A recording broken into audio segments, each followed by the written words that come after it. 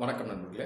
சர்வதேச அளவில் ஒரு சில நாட்களாக ஒரு முக்கிய நிகழ்வு, இது ஸ்பெசிஃபிக்காக இந்தியாவை அஃபெக்ட் பண்ணக்கூடிய ஒரு முக்கிய நிகழ்வு அப்படின்னு சொல்லலாம்.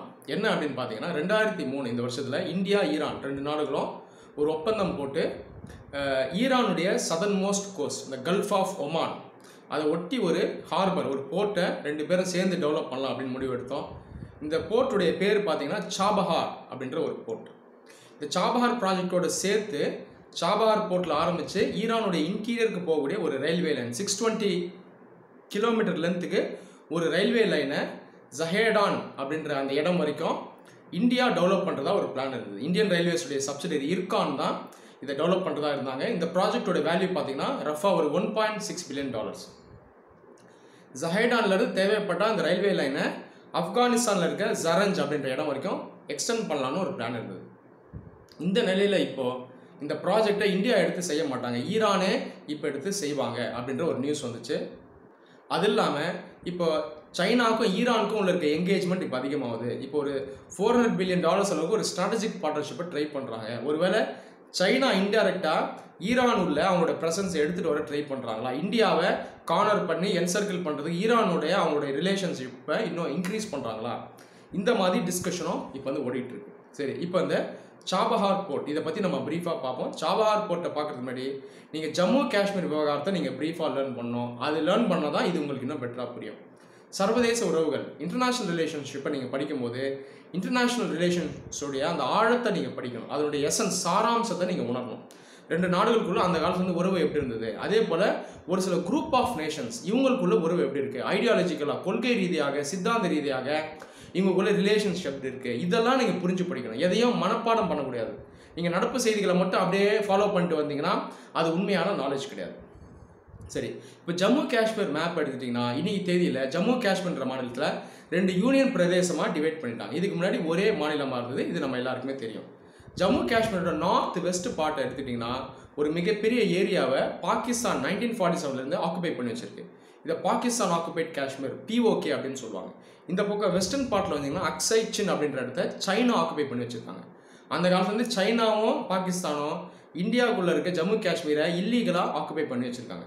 இப்போ இந்த பாகிஸ்தான் ஆக்குபைட் ரீஜன் இருக்கு இல்லையா, இதில் ஒத்து பார்த்தோம் அப்படின்னா ஜம்மு காஷ்மீர் மாநிலம் சைனாவோடையும் பாகிஸ்தான் மட்டுமே பார்டர் ஷேர் பண்ணலாம், ஆப்கானிஸ்தானோடையும் ஒரு சின்ன பார்டர் ஷேர் பண்ணுது.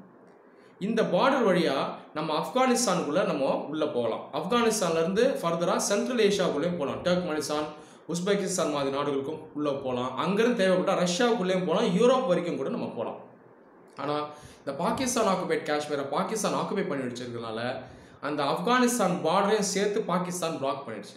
இது வந்து அந்த காலத்தில் இந்த மிகப்பெரிய ஒரு ஹேண்டிகேப்பாக இருக்குது. எக்கனாமிக்கலாக நம்ம பார்த்தீங்கன்னா ரொம்ப அடி வாங்கியிருக்கோம். ஒருவேளை இந்த ஆக்சஸ் அந்த காலத்துலேருந்து இருந்திருந்ததுன்னா நம்ம இன்னைக்கு தெரியல யூரோப் வரைக்கும் கூட நம்ம ரீச் பண்ணியிருக்கலாம். எக்கனாமிக்காக நம்ம வந்து நிறைய லிங்க்ஸை நம்ம உருவாக்கியிருக்கலாம். நம்மளுடைய ஜிடிபியே சொல்ல போனால் நம்ம இன்னுமே இன்க்ரீஸ் பண்ணியிருக்கலாம். சைனாவை எடுத்துட்டிங்கன்னா அவங்க சைனாவிலேருந்து யூரோப் வரைக்கும் நிறைய ரயில்வே ப்ராஜெக்ட்ஸே அவங்க உருவாக்கிட்டாங்க. இன்றைக்கி அவங்களுக்கு யூரோப் வரைக்குமே ஆக்சஸ் இருக்குது. ஆனால் நமக்கு அன்ஃபார்ச்சுனேட்டாக இந்த ஆக்சஸ் அந்த காலத்துலேருந்தே பாகிஸ்தான் முடக்கி வச்சிருக்கு.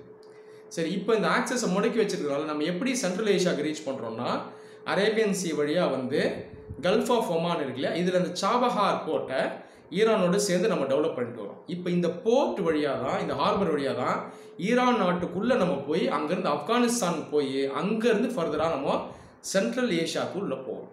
இப்போ இதுதான் இப்போ இந்தியாவுக்கு இருக்கக்கூடிய ஒரே ஆப்பர்ச்சுனிட்டி. இப்போ இந்த நிலையில் இந்தியா டெவலப் பண்ணதாக இருந்த இந்த ரயில்வே லைனையும் இப்போது இந்தியா எடுத்து பண்ண மாட்டாங்க, ஈரானே இதை செஞ்சுப்பாங்க அப்படின்ற ஒரு நியூஸ் வந்துச்சு. இப்போ இதில் ஃபாரின் பாலிசி அது இல்லாமல் இன்டர்நேஷ்னல் அஃபேர்ஸ் எக்ஸ்பர்ட்லாம் என்ன சொல்கிறாங்கன்னா, இந்த ப்ராஜெக்டை இப்போ ஈரானை எடுத்து செய்யலான்ற முடிவு வந்தது காரணம் என்னென்னா, அமெரிக்கா சமீப காலத்தில் ஈரான் மேலே நிறைய எக்கனாமிக் சாங்ஷன்ஸ் போட்டிருக்காங்க. ஜெனரலாக அமெரிக்கா ஒரு நாடு மேலே எக்கனாமிக் சாங்ஷன்ஸ் போடுதுன்னா மற்ற 3வது நாடுகளும் ஈரானோட எக்கனாமிக் சாங்ஷன்ஸ் வைக்காது, அதை வைக்கக்கூடாதுன்னு அவங்க எதிர்பார்ப்பாங்க. அதை மீறி அவங்க வச்சாங்கன்னா அந்த 3வது நாடுடையும் அமெரிக்கா அந்த அளவுக்கு உறவு வச்சுக்க மாட்டாங்க. இதுக்கு பயந்தே பல நாடுகள் அமெரிக்கா சாங்ஷன்ஸ் போடுற நாடு கூட உறவு வச்சுக்காது.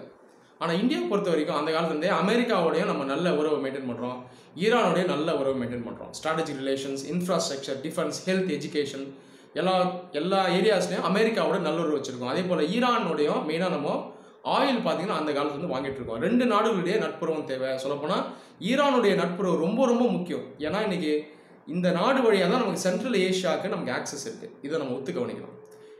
ஆனால் ஒரு சில வருடங்களாக அமெரிக்காவோட நம்ம ஒரு நல்ல உறவு வச்சுக்கிறதுனால கிட்டத்தட்ட ஒரு ஃப்ரெண்டாகவே நம்ம மாறிட்டோம்.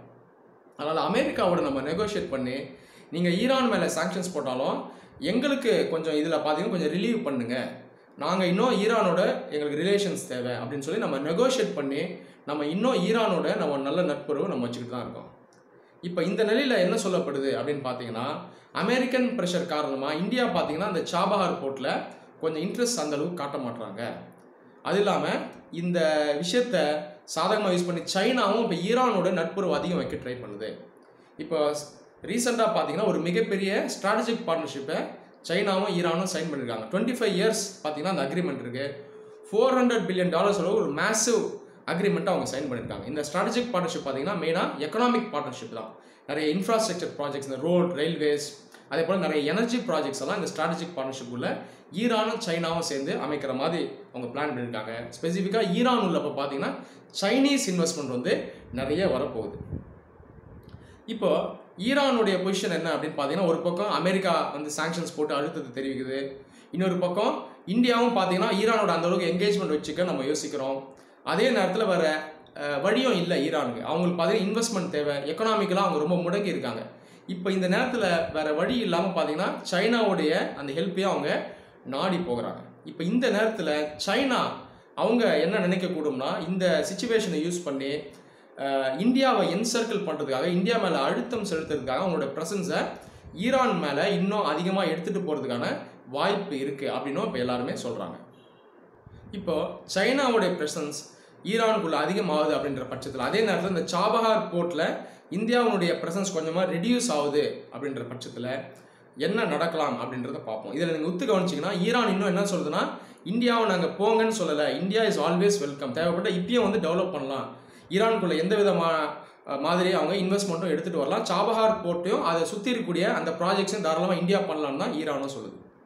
சரி, இப்போது சைனீஸ் ப்ரெசன்ஸ் ஈரானுக்குள்ளே வருது அப்படின்ற பட்சத்தில் சாபஹார் போர்ட் சம்மந்தப்பட்ட ப்ராஜெக்ட்ஸும் ஒருவேளை சைனா எடுத்து செய்ய போகிறாங்க அப்படின்ற பட்சத்தில் என்ன நடக்கும் அப்படின்னு நீங்கள் பார்த்தீங்கன்னா, இந்தியா இப்போ சமீப காலத்தில் INSTC international north south corridor அப்படின்ற ஒரு டிரான்சிட் ப்ராஜெக்ட்ஸில் நம்ம இப்போ மெம்பர் ஆகிருக்கோம். இந்த டிரான்சிட் காரிடார் அப்படிங்கிறது மெயினாக ஒரு டிரான்ஸ்போர்ட் காரிடார், ரயில்வே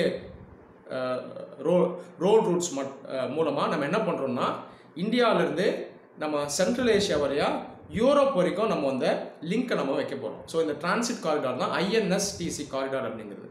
அது இல்லாமல் அஷ்காபாத் அப்படின்ற ஒரு அக்ரிமெண்ட்லேயும் நம்ம இப்போ மெம்பர் ஆகிருக்கோம். அஷ்காபாத் அக்ரிமெண்ட் பார்த்தீங்கன்னா ஒரு multi modal transport corridor. Multi modal அப்படின்னா ரோடு, ரயில்வே, வாட்டர்வேஸ் எல்லாமே சேர்ந்ததான் அந்த மல்டி மோடல் டிரான்ஸ்போர்ட் ப்ராஜெக்ட். இதில் மெம்பர்ஸ் யார் பார்த்தீங்கன்னா ஒரு சில சென்ட்ரல் ஏஷியன் கண்ட்ரிஸ், அது இல்லாமல் இந்தியா, ஓமான், இந்த நாடுகளும் அஷ்காபாத் அக்ரிமெண்ட்டில் இருக்குது. அப்போ சிம்பிளாக சொல்லணும்னா, அஷ்காபாத் அக்ரிமெண்ட் மூலமாகவும் INSTC காரிடார் மூலமாகவும் இந்தியா பார்த்தீங்கன்னா சென்ட்ரல் ஏஷியாவை தாண்டி யூரோப் வரைக்கும் கூட பார்த்தீங்கன்னா ஆக்சஸ் பண்ணலாம், நம்ம வந்து லிங்க் வச்சுக்கலாம். நிறைய ரோட், ரயில்வே ப்ராஜெக்ட்ஸை இந்தியாவில் ஆரம்பித்து யூரோப் வரைக்கும் கூட எடுத்துகிட்டு போகலாம்.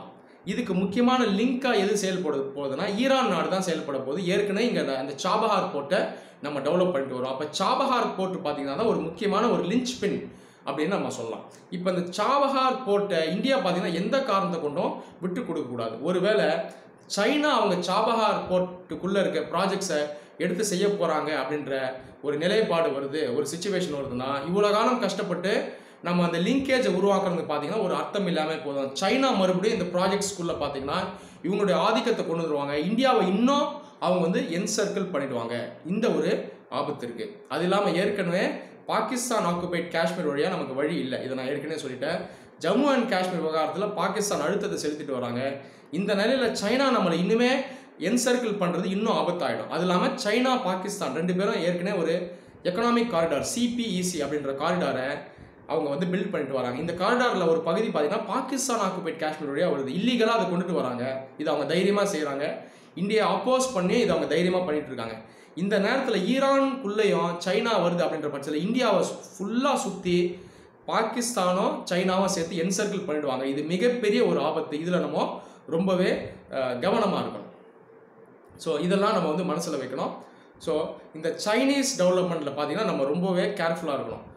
பல வருடங்கள் முன்னாடி இந்தியன் ஓஷனில் பார்த்தீங்கன்னா இந்தியாவை என்சர்க்கிள் பண்ணுறதுக்கு ஸ்ட்ரிங்ஸ் ஆஃப் பேர்ல்ஸ் அப்படின்ற கான்செப்ட் மூலமாக மற்ற சில நாடுகளில் சைனா என்ன பார்த்தீங்கன்னா நிறைய போர்ட்ஸ் எல்லாம் அவங்க வந்து டெவலப் பண்ணாங்க.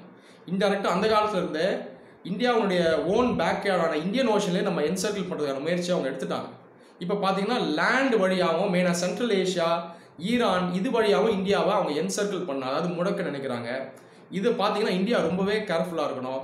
இதில் எந்த அளவுக்கு இந்தியா கவுண்டர் மெஷர்ஸை எடுத்துகிட்டு வராங்களோ அந்த அளவுக்கு நமக்கு அது நல்லது. எக்கனாமிக் பாயிண்ட் ஆஃப் வியூலையும் நல்லது, ஸ்ட்ராட்டஜிக் பாயிண்ட் ஆஃப் வியூலையும் இது ரொம்ப நல்லது. நான் சொன்னது போல் ஜம்மு காஷ்மீர் விவகாரம், அது இல்லாமல் பார்த்தீங்கன்னா நமக்கு சென்ட்ரல் ஏஷியாவுக்கு கிடைக்கக்கூடிய அந்த லிங்க் ஆக்சஸ், இதுலேயும் பார்த்தீங்கன்னா இது ரொம்ப முக்கியத்துவம் வாய்ந்தது. இந்தியா நாம் இதில் எந்த அளவுக்கு முயற்சி எடுக்கிறோமோ, எந்த அளவுக்கு சீக்கிரம் எடுக்கிறோமோ அந்த அளவுக்கு இது நமக்கு நல்லதாக இருக்கும். நன்றி.